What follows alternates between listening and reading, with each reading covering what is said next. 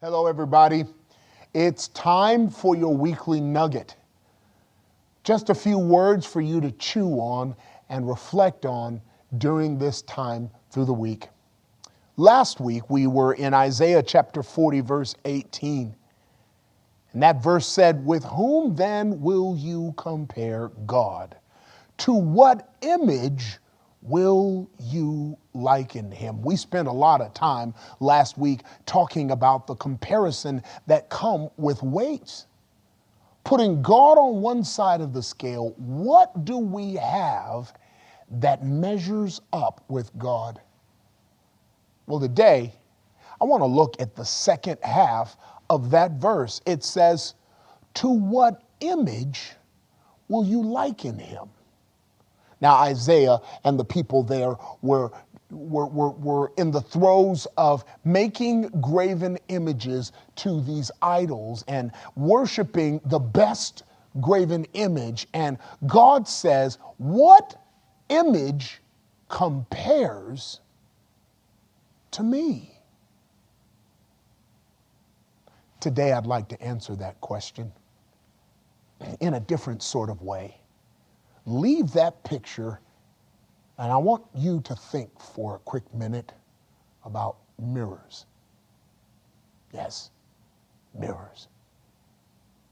You know, the bridge that lets me know I'm in the same text is there is a saying that we keep that a picture is worth 1,000 words. You're familiar with that phrase. A picture is worth 1,000 words. Do you see how we're setting a value even for the image? Picture is worth 1,000 words. I need you to imagine looking at a mirror whose job it is to reflect back you. But you are bigger than the mirror. So every space in that mirror has got to team together with the other spaces in that mirror so that we can get a full image of who you are. I want you to imagine that this mirror has been broken into thousands and thousands of little pieces and miraculously fit together in such a way and pushed together that those broken little pieces, separate, all are doing the same thing and none of them doing the same thing at the same time. The same thing that they're all doing is they are all reflecting the image of the one who holds the mirror. But what they're doing, that none of them are doing, is no two pieces give the exact same image.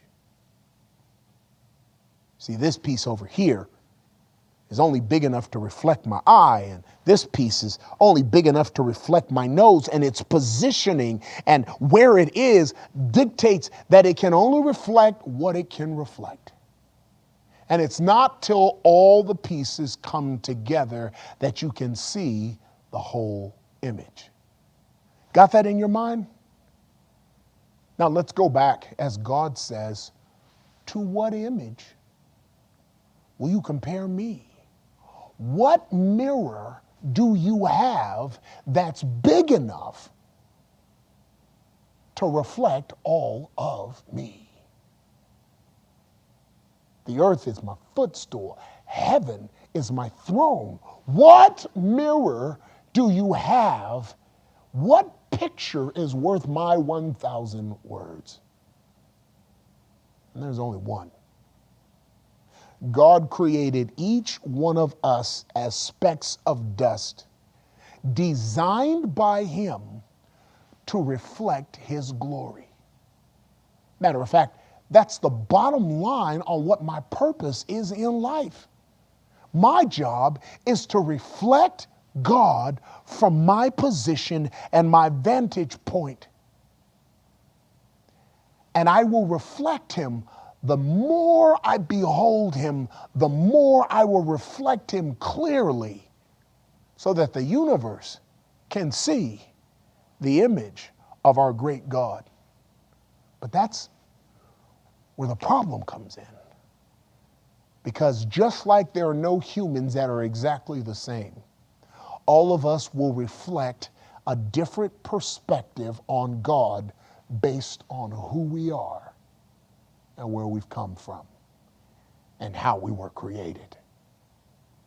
Some of us reflect God here. Some of us reflect God here.